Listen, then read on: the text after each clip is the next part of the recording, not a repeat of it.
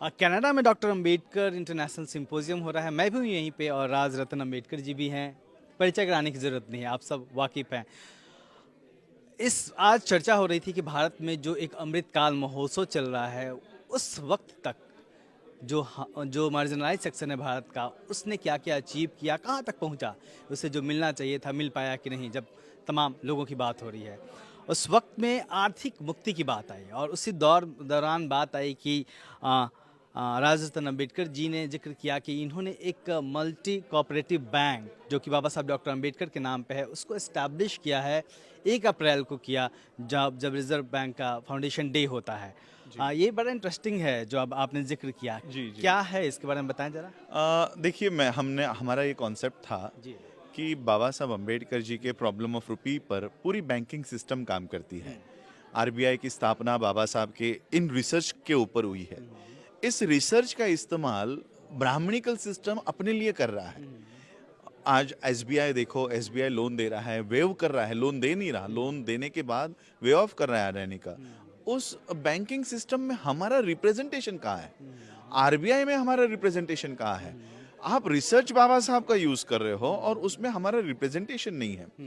तो हमने सोचा, अगर ब्रिटिशर्स उस समय 1935 में आरबीआई बना सकता है और आज वो सारी बैंकिंग सिस्टम ब्राह्मणिकल सिस्टम के हाथों में है, तो बाबा साहब को पढ़कर, बाबा साहब के प्रॉब्लम ऑफ रिसर्च पे काम करके हम अपनी बैंकिंग व्यवस्था क्यों नहीं खड़ी कर सकते हैं? इंटरेस्टिंग। तो मैं पिछले 2 साल से इसके लिए काम कर रहा था। बीच में लॉकडाउन लग गया और फिर हमारी स्पीड थोड़ी कम हो गई और फिर लॉकडाउन के बाद फिर से हमने स्पीड ले ली और 1 अप्रैल 2023 को हमने doctor B R Ambedkar multi state cooperative bank का निर्माण किया है।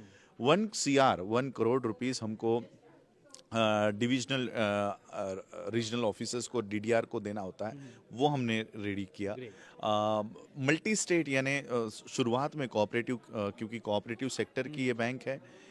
मल्टी स्टेट में हम, क्योंकि इसका केंद्र बिंदु सेंट्रल ऑफिस महाराष्ट्र है, तो महाराष्ट्र के बॉर्डर के और 2 स्टेट्स हम लोगों को लेने थे। तो हमने छत्तीसगढ़ और कर्नाटक, ऐसे 2 स्टेट्स और महाराष्ट्र, इन 3 स्टेट्स को लेकर हमने ये मल्टी स्टेट कोऑपरेटिव बैंक तैयार की। अब इन स्टेट्स के बाहर भी हम लोग जाने की परमिशन हमको है।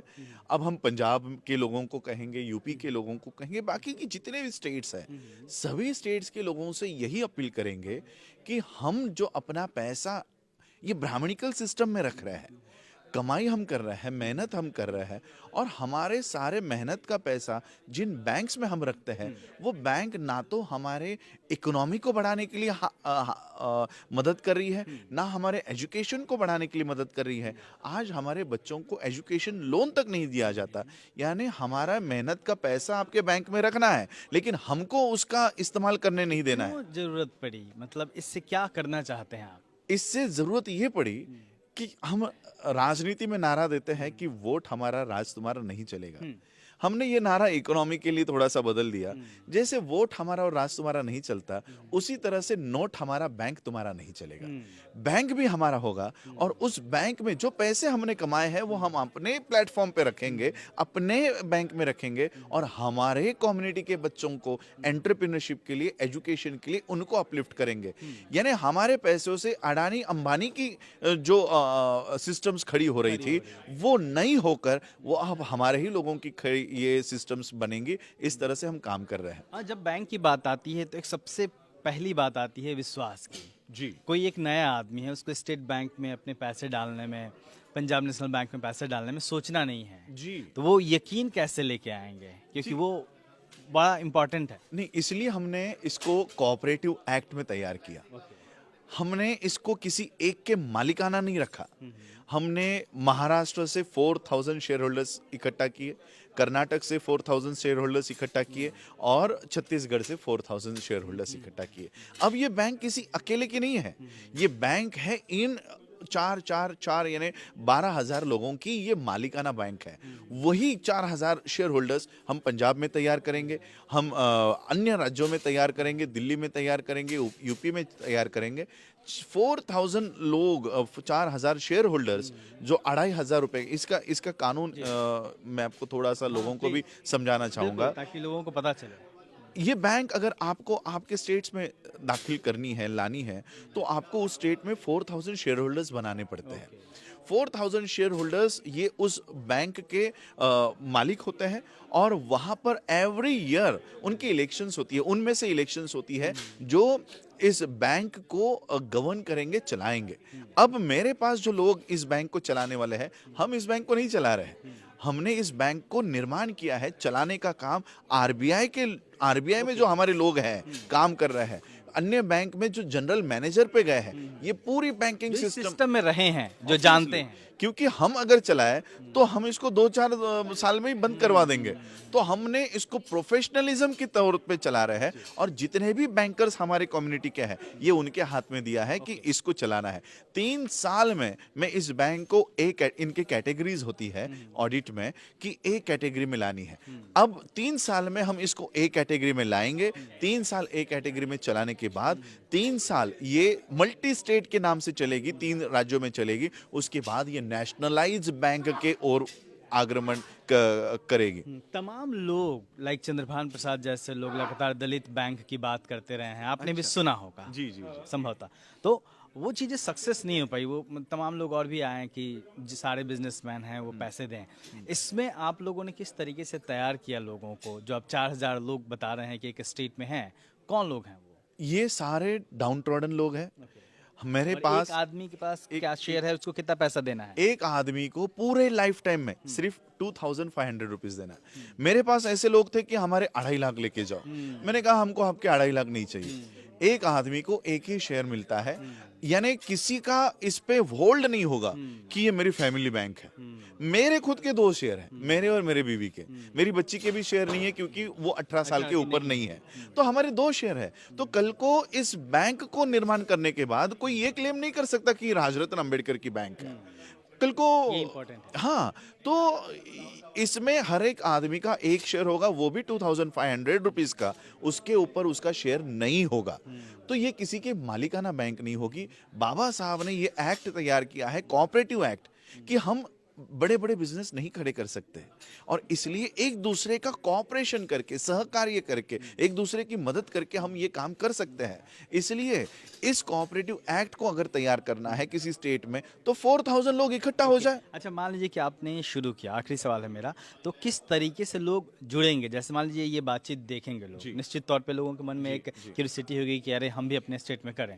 कैसे वो कांटेक्ट करेंगे, कहाँ पे करेंगे? देखिए, हर स्टेट में हम बैंक्स के, doctor B R Ambedkar multi state bank के हम रिप्रेजेंटेटिव्स तैयार कर रहे हैं। अभी प्रोसेस में है। प्रोसेस में है। अभी मेरी पंजाब में मीटिंग हुई, होशियारपुर में हमारी मीटिंग हुई, एडवोकेट रंजीत जी ने वो मीटिंग कंडक्ट की। उनके पास अब हम वो शेयर्स के फॉर्म दे रहे हैं। तो अलग अलग जैसे आपका मीडिया है, उसी तरह से मीडिया में हम बताएंगे कि ये हमारे रिप्रेजेंटेटिव्स हैं। मेरे फेसबुक पेज पे मैं सबके नंबर्स भी मैंने उनको देकर रखे हुए हैं कि अगर कर्नाटक में बात करनी है तो किन से बात करनी है, तो ये रिप्रेजेंटेटिव्स हम देंगे। फेसबुक पेज पे अगर कोई फॉलो करे तो वहां से उनके स्टेट के बारे में जानकारी यस यस, हर स्टेट में अब इसकी हम लोग एक विधिवत वेबसाइट तैयार करेंगे और हर स्टेट के जो रिप्रेजेंटेटिव्स है, और किसी को शेयर होल्डर होना है तो फॉर्म वहीं पर मिल जाएगा। और अब तो हमें, क्योंकि 1 करोड़ रुपीस हमने जमा किए हैं, अब हमको डॉक्टर बी आर अम्बेडकर नाम से, doctor B R Ambedkar multi state cooperative bank के नाम से खाता मिल गया है। तो अब उस खाते में डायरेक्टली लोग पैसा भर के अपना अकाउंट ओपन कर सकते हैं। सारे स्टेट में जहाँ पे ये 3 स्टेट में तो होगा, 3 स्टेट में हम शेयर होल्डर बना सकते हैं। बैंक अकाउंट होल्डर पूरे देश में से बना सकते हैं, शेयर होल्डर नहीं बना सकते।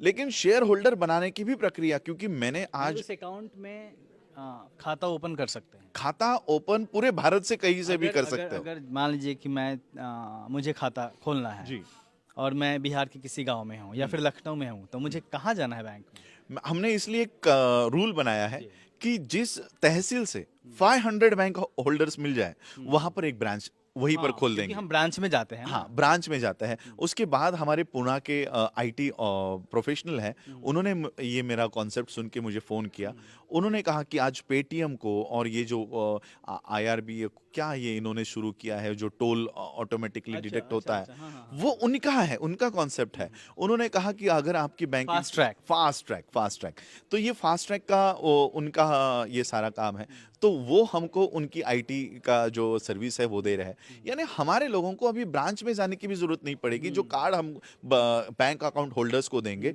वो अपना पैसा किसी भी एटीएम से एक्सेस कर सकते हैं। ऐसे नहीं कि हमको अपने ही एटीएम्स वहां पर डालने होंगे। किसी भी एटीएम से सारे यूपीआई ट्रांजैक्शंस आप उससे कर सकोगे, वीजा हो या रुपी हो, ये सारा उसको उस कार्ड में मिल जाएगा। तो हमने जो बैंकिंग सिस्टम खड़ी की है, ये पूरी प्रोफेशनल तरीके से खड़ी की है हमारे, और 5 साल में हम इसको नेशनलाइज लेवल पर लेके जाएंगे और 10 साल में इसको इंटरनेशनल लेवल पे लेके जाएंगे, क्योंकि आज हम कनाडा में हैं। अब कनाडा के लोगों को हम कहेंगे कि आपके पैसे किसी कनाडियन बैंक में मत रखो, doctor B R Ambedkar bank में रखो, और ये बी आर अंबेडकर बैंक तो हमारी स्टेट वाइज खड़ी होगी। मेरा विजन हमेशा ये है कि अगर बाबा साहब के प्रॉब्लम ऑफ रुपी पर रिजर्व बैंक ऑफ इंडिया बन सकती है, तो बुद्धिस्ट बैंक ऑफ इंडिया भी बन सकती है, आरबीआई बन सकती है, तो बीबीआई क्यों नहीं बन सकती? तो हमारी ये एपेक्स बॉडी होगी बुद्धिस्ट बैंक ऑफ इंडिया, जो सभी कंट्रीज में अंबेडकराइट्स अक्रॉस द वर्ल्ड, और जो doctor B R Ambedkar multi state banks हम लोग बनाएंगे, हर स्टेट में बनाएंगे, वो उसको गवर्न करेगी। यानी हम लोगों को हम ऐसी सिस्टम तैयार कर रहे हैं कि हमको अपनी सेपरेट सेटलमेंट जो बाबा साहब ने कम्युनल अवार्ड के माध्यम से लाई थी, वो सेपरेट सेटलमेंट हम रिवाइव कर रहे हैं। वेबसाइट कब तक आ जाएगी? वेबसाइट एक 6 महीने तक हम लोग इसको अपग्रेड लेवल पे लेकर आ जाएंगे, और 6 में भी नहीं, 3 महीने में ये पूरी वो बन जरूरी जाएगी है वेबसाइट, और वेबसाइट के माध्यम से सारे ट्रांजैक्शंस और पूरी प्रोफेशनल तरीके से। मेरा विजन ये है, स्टेट बैंक ऑफ इंडिया एक नेशनलाइज बैंक है, State Bank of India, Central Bank of India, इसके बगल में हमारी doctor B R Ambedkar bank बैठे, इस तरह से हम काम कर रहे हैं। ये बहुत शुक्रिया। और वो जो सपना है, जब कोई व्यक्ति सपना देखता है और उसके बारे में बातें करता है, तो उसके चेहरे पे दिखती है खुशी, और बहुत चीज़ें होती है बताने को। फिलहाल बड़ा कदम है, आर्थिक मुक्ति की बात अब हो चली है, क्योंकि रिजर्वेशन से जितनी नौकरियां मिलनी थी संभवतः मिल चुकी हैं, अभी मिलती रहेंगी। लेकिन जब तक आप बिजनेस की तरफ नहीं बढ़ेंगे, आर्थिक मुक्ति के बारे में नहीं सोचेंगे, तब तक इस सिस्टम में बाहर निकल के और रूल करने की स्थिति में नहीं आएंगे। आपको बहुत बहुत शुभकामनाएं thank you Rajratan ji. so much. आप देखते रहिए दलित दस्तक, और इन्होंने बताया कि इनके फेसबुक पेज को फॉलो करिए। हम उम्मीद करते हैं कि यह सपना साकार हो, जी और सपना कैसे साकार होगा, निश्चित तौर पे पहली जिम्मेदारी आपकी है, लेकिन आपकी भी है। और एक ऐसा बैंक होगा जो, सॉरी टू से, बाप का नहीं, हमारे बाबा का बैंक होगा। Obviously thank you so much. देखते रहिए दलित दस्तक। कनाडा से मैं अशोक दास। हमारे चैनल को लाइक करिए, सब्सक्राइब करिए, शेयर करिए, ज्वाइन बटन दबाइए और सहयोग भी करिए। जय भीम।